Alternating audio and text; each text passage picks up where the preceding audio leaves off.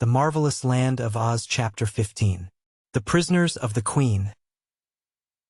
Approaching the gateway of the Emerald City, the travelers found it guarded by two girls of the Army of Revolt, who opposed their entrance by drawing the knitting needles from their hair and threatening to prod the first that came near. But the Tin Woodman was not afraid. "At the worst they can but scratch my beautiful nickel plate," he said. "But there will be no worst, for I think I can manage to frighten these absurd soldiers very easily. Follow me closely, all of you."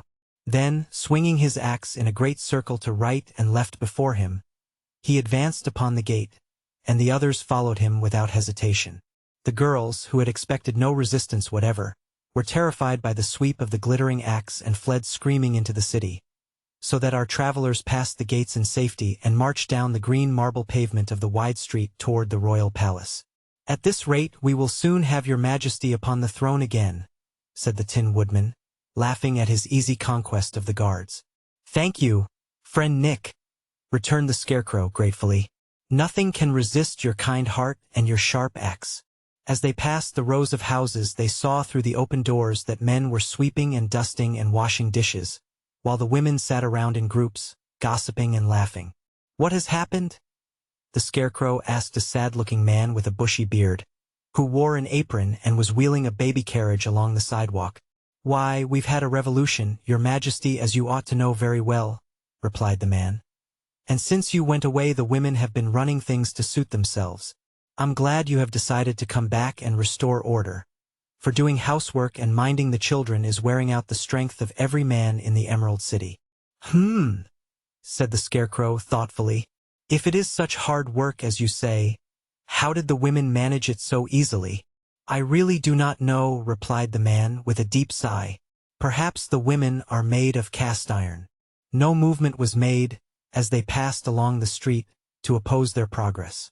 Several of the women stopped their gossip long enough to cast curious looks upon our friends, but immediately they would turn away with a laugh or a sneer and resume their chatter. And when they met with several girls belonging to the Army of Revolt, those soldiers, instead of being alarmed or appearing surprised, merely stepped out of the way and allowed them to advance without protest. This action rendered the Scarecrow uneasy. "I'm afraid we are walking into a trap," said he. "Nonsense," returned Nick Chopper confidently. "The silly creatures are conquered already."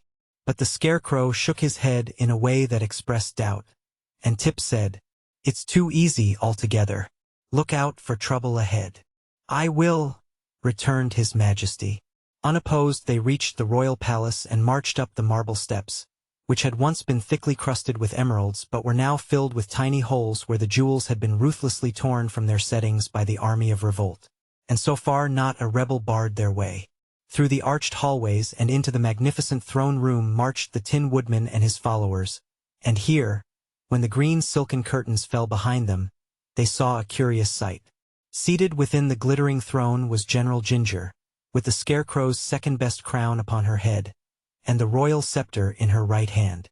A box of caramels, from which she was eating, rested in her lap, and the girl seemed entirely at ease in her royal surroundings. The Scarecrow stepped forward and confronted her, while the Tin Woodman leaned upon his axe and the others formed a half-circle back of His Majesty's person. "How dare you sit in my throne?"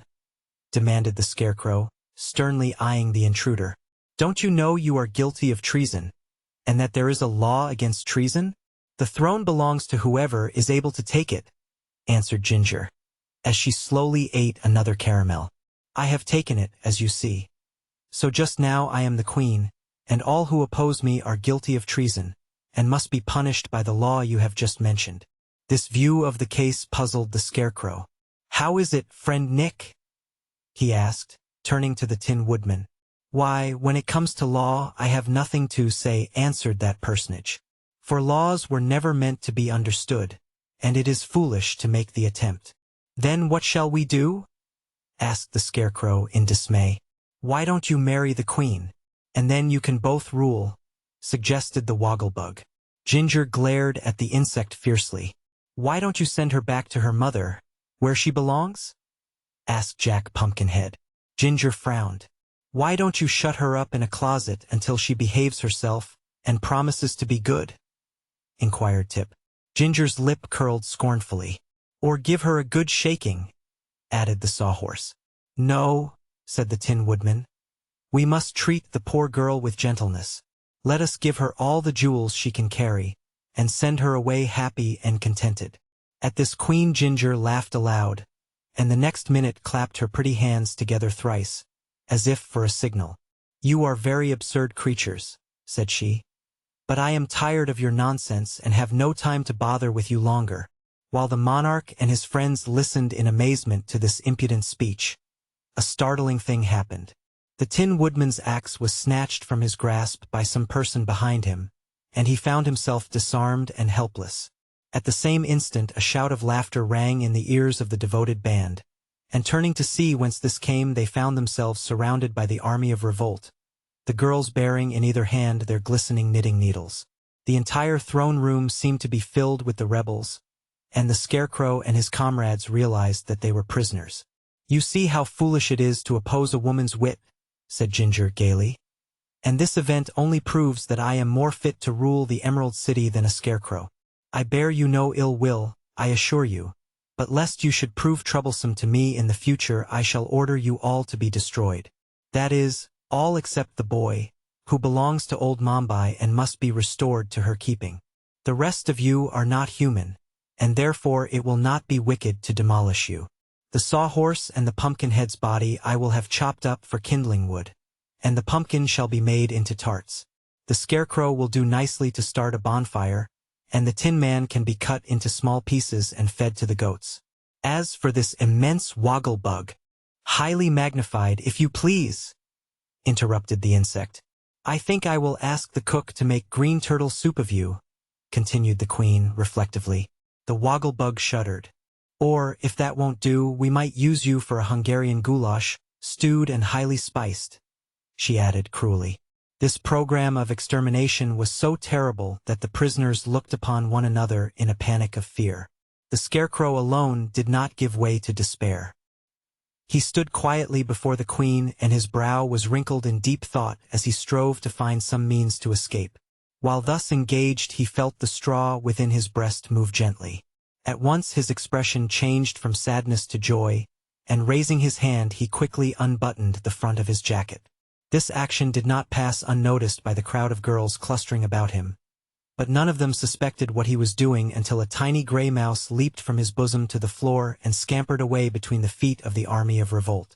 Another mouse quickly followed, then another and another in rapid succession. And suddenly such a scream of terror went up from the army that it might easily have filled the stoutest heart with consternation. The flight that ensued turned to a stampede, and the stampede to a panic. For while the startled mice rushed wildly about the room, the Scarecrow had only time to note a whirl of skirts and a twinkling of feet as the girls disappeared from the palace, pushing and crowding one another in their mad efforts to escape. The Queen, at the first alarm, stood up on the cushions of the throne and began to dance frantically upon her tiptoes. Then a mouse ran up the cushions, and with a terrified leap poor Ginger shot clear over the head of the Scarecrow and escaped through an archway, never pausing in her wild career until she had reached the city gates. So, in less time than I can explain, the throne room was deserted by all save the Scarecrow and his friends, and the Wogglebug heaved a deep sigh of relief as he exclaimed, "Thank goodness, we are saved." "For a time, yes," answered the Tin Woodman, "but the enemy will soon return, I fear." "Let us bar all the entrances to the palace," said the Scarecrow. "Then we shall have time to think what is best to be done." So all except Jack Pumpkinhead, who was still tied fast to the Sawhorse, ran to the various entrances of the royal palace and closed the heavy doors, bolting and locking them securely. Then, knowing that the army of revolt could not batter down the barriers in several days, the adventurers gathered once more in the throne room for a council of war.